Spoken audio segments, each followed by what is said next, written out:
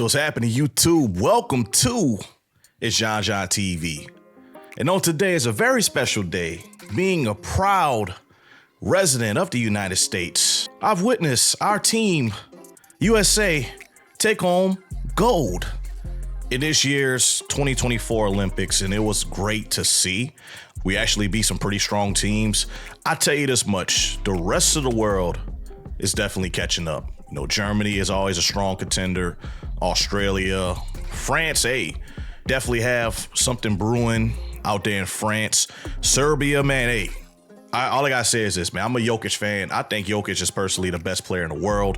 But hey, come for me in the comments. I'm ready to debate. I don't care. Jokic is that dude. But, you know, Team USA, they had some very tough competition. They pulled it off. And that made me think of an idea, all right? How about I rank the teams that the United States represented from worst to best on a tier list maker? Without further ado, let's go ahead and get into it. All right, so starting here, we have these teams, of course, starting from 1992 to 2024. So, hey, every 4 years you have an Olympics. Starting with the 1992 Dream Team, which most people say is the best team of all time, which, hey, I don't know. I got my opinions on that. They might be, they might not be. I don't know. We'll get to that point. But 1992 Dream Team, 96 Team USA, 2000, 2004, 2008, 2012, 2016, 2020, 2024. We're going to be ranking all these teams, all right?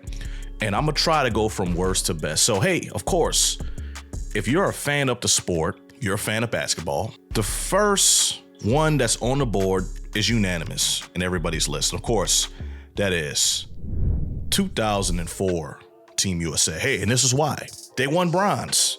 This is the only team that is on this list that did not bring home a gold medal. Hey, and there's reasons for that. You cannot 100% blame the players. Of course, if you're the head coach, you got to point the finger at Larry Brown in this instance. You have a lot of ISO heavy players. Stephon Marbury was on that team. Allen Iverson was on that team. You had a young Melo, a young Dwayne Wade, which had more minutes than LeBron James. So it was just a whole bunch of factors that played into why they wasn't able to be successful. And at that point, the rest of the world was catching up. You have Tim Duncan, which even though he's from the Bahamas, he represented the United States. Foreign player, Dirk Nowitzki, you know, Manu Ginobili, Tony Parker. They had Puerto Rico had a real strong run, you know, in that era. So you had a lot of teams that was catching up with the United States. And hey, with bad coaching, players just thinking, hey, since I'm an all-star in the NBA, I'm gonna go out there and just be productive. We gonna win this gold. It didn't work like that, man. So anyway, that's why I gotta put the 2004 Team USA as a D-tier team. So on to the next one. Let's go ahead. The 2000 Team USA, man. I'm going to put them mid, okay? I can't say they was trash because they won a gold medal, all right? Hey, and this is why, all right? Vince Carter is your best player. Of course, KG was on that team. They had Allen Houston. You know, they had a very solid team. But if Vince Carter, and no disrespect to Vince Carter, I love Vince Carter. I'm a Vince Carter fan, man, especially of his performance in the dunk contest. But if he is your best player, I honestly must say, if I put the 2000 team against any other team on this list, they will get annihilated probably by everybody but the 2014. And this is just one-on-one matchups here. You know, KG at that time, he was a very dominant player. Of course, he was in the MVP running, but he wasn't KG yet. You know what I'm saying? Like, he wasn't the KG. Like, he was the second best player on that team, according to, you know, the statistics. So don't really have too much to say about that 2000 run. Of course, the most memorable moment, which is probably one of the most memorable moments of all time, was the Vince Carter dunk, where he just clearly jumped over a 7-footer. But that's the only thing I can remember about that year, honestly. I mean, hey, I was 5, okay? I was 5, but hey. Anyway, let's just get back to the list. So anyway, 2000s, mid. All right. So back to it. Looking at this list, the 2020 Team USA was mid, okay? They was mid. They was. It's not much I remember about that. Of course, you had a lot of stuff going on, you know, COVID and pandemic and, you know, the whole nine. I know Jason Tatum played. I know Damian Lillard played. Honestly, looking at it, I mean, they kind of low-key trash. I'm going to go ahead and move them down to trash. I ain't going to lie to you. Because, I mean, Kevin Durant is Kevin Durant, all right? But that's all I could say. I can't remember much, all right? I just can't remember much about this run. It's not memorable to me. So, hey, we gon' I think that's fair. We gonna put them at trash, okay? They won gold, but they're not memorable. I can't remember anything, all right? No memory come to mind. All right. So next, the 2016 Team USA. I'm gonna go ahead and put the mid, all right? That's a mid squad. They had some talent. Carmelo Anthony, I think, that was Carmelo's last run. It was good to send him out with a gold medal. Kevin Durant, and I mean, and this is a weird thing. I'm gonna have to fact check this, but I think Kevin Durant, he was the leading scorer all the way from 2012 up to this point, I believe. You know, Kevin Durant was always leading Team USA in scoring, and that's his specialty. Is Kevin Durant the greatest scorer of all time? Let me know down in the comments, man. I think so. I think it's a fair assessment to make, all right? He's a fantastic offensive talent, just a 7-footer. But hey, we're talking about Team USA here. But anyway, 2016 team, of course, after, you know, arguably two of the greatest teams to ever play. You following 2008 Redeem team, you're following 2012 team, you know, the expectations was high. You got to go out there, you got to dominate, you got to win by a considerable margin, which they did. You know, they was able to dominate and actually easily take home gold, but it's not a lot I can remember. I know Kyrie participated on this team, which I'm a huge fan of Kyrie Irving. I think he should have been on the 2024 team, but hey, neither here or there. Anyway, hey, back to the list, man. 2016 mid. All right, back to the list. 1996 Team USA. I'm gonna go ahead. I gotta put them mid as well. And this is why, all right? Fantastic team. You're following the dream team, all right? Arguably the greatest team ever assembled in sports, okay? And I ain't gonna lie, they did their thing. They dominated the other countries. Charles Barkley was their best player. They had a talented Scottie Pippen. David Robinson, you know, the second best big man in basketball. Hakeem Olajuwon was a part of that team, who was the best big man in basketball. So, you know, the 1996 team, I gotta say, man, they probably had the best collection of big men on a team. You know, if I was to put the front court of the 1996 team against any other team, I say they easily dominate because they had stars, a lot of them at that position. You know, if you're Karl Malone and you're considered the third best big man on the team, man, and you go on to win an MVP, well, 2 MVPs actually, that says a lot about that front court, man. So anyway, I'm gonna put them mid though. I would say they're borderline tough, but just to be fair, you know, and to their defense, they did follow the 1992 Dream Team, but I'm gonna leave them there. Hey, you know, what is this? 15 off the list. Anyway, let's get back to it. So next, the 2024 Team USA. Okay, so let's go ahead and I'm gonna put them as tough, all right?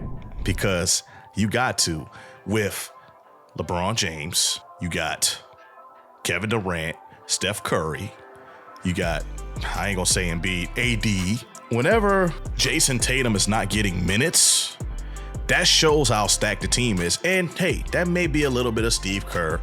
I may go ahead and discuss that, you know, with a friend. Zachy and T, shout out to you if you're checking out this video, because I know you got a lot to say about it. But whenever you got players like Halliburton, Tatum not getting minutes, Embiid got to get benched. That shows how deep the roster is. And Team USA this year is probably what's the toughest run a USA team has had.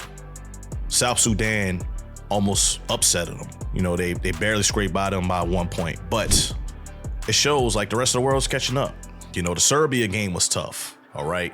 France, I think they beat France pretty convincingly, but you know, Germany is a tough squad. Like you got a lot of teams out there in the world that can actually put up a legitimate fight against Team USA. And in order for Team USA to step up and dominate, especially in that Serbian game, man, it shows how deep this team was.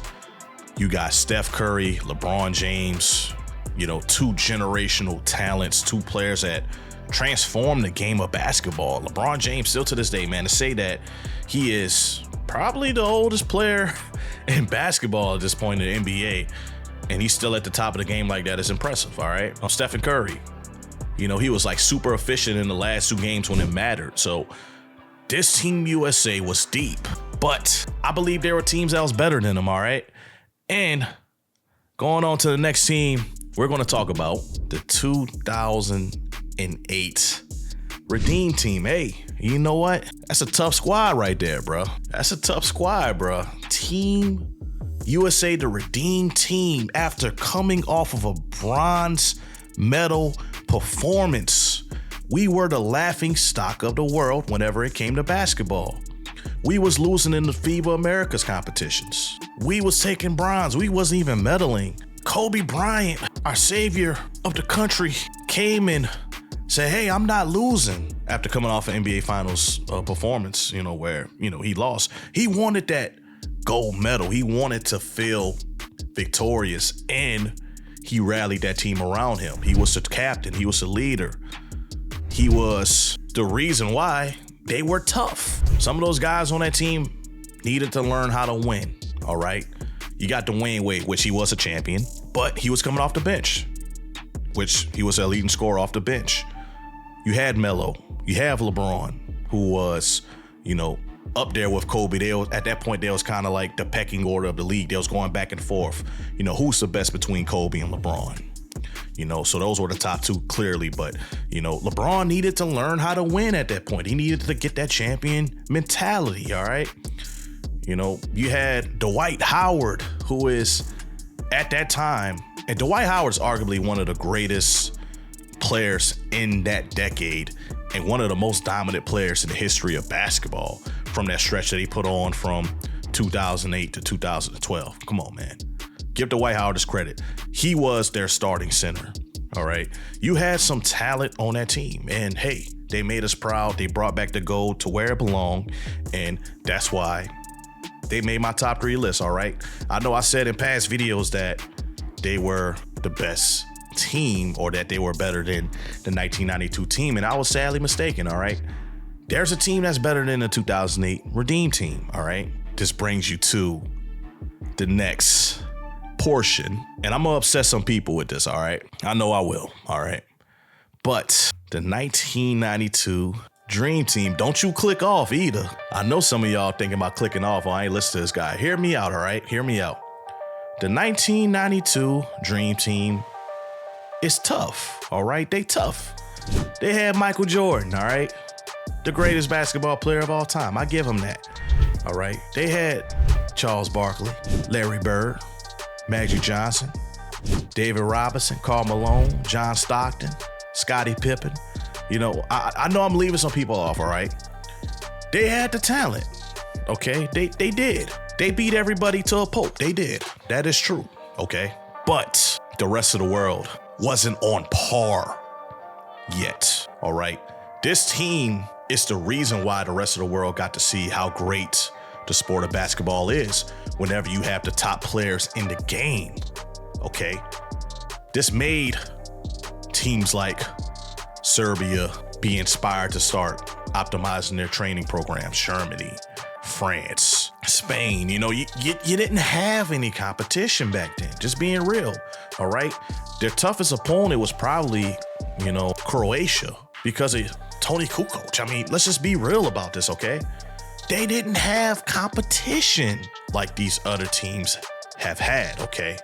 And that is why, in my opinion, and I'm okay, I am willing to go live. Let me know down in the comments. I'm willing to go live with some of you and debate this tooth and nail. But this is why 2012 had the greatest team ever assembled, okay? They beat teams convincingly. This is a team that featured, okay, Kobe Bryant, which, of course, for those of y'all that don't know, is my favorite player of all time, okay? At that point, he was still at the top of basketball, even though he was up in age, all right? LeBron James, who just asserted his dominance over the league, all right? You still got Carmelo Anthony. You had Tyson Chandler as one of your better bigs. This team was stacked. James Harden, Russell Westbrook. Come on, bro. Chris Paul, which I forgot Chris Paul 2008, but hey, you know, they had the talent to do what they wanted to do. That's how great this team was. And they had better competition. This was after 2008 redeemed us, all right? We're now the face of basketball again. We're not the laughing stock of the world. And every team was coming at our neck. And guess what? They dominated, okay? From start to finish. Easily the best team ever. I will put them against the 1992 team, okay? And I promise you, it won't be as far off as some of you think it will be. Some of you think the 1992 Dream Team will just walk over them. No, it will be a bloodbath, but I have faith and confidence in the 2012 team. So anyway, hey, this is my list. Check it out. This is my list. Of course, you know, 2004, butt cheeks. 2020, you know, all the way up to this point. But 2012, they king, all right? They are king. So anyway, appreciate you sitting through this video. I know some of you, hey, y'all gonna come at me in the comments. It's okay, all right? Comment down below. I want to hear what you got to say. I'm here for it. I'm ready for it. I ain't ducking no smoke, all right? I ain't ducking no fades. I know probably 90% of y'all disagree with me, but I don't care because you know what? This is my list, all right? This is my channel, all right? But anyway, I appreciate you for sticking around to this point. If you have, like, comment, sub, dislike if you don't like the video. I don't care. Do something, please. All right. Love you. Check out one of these other videos, man. We dropping fire on the channel, man. But anyway, peace.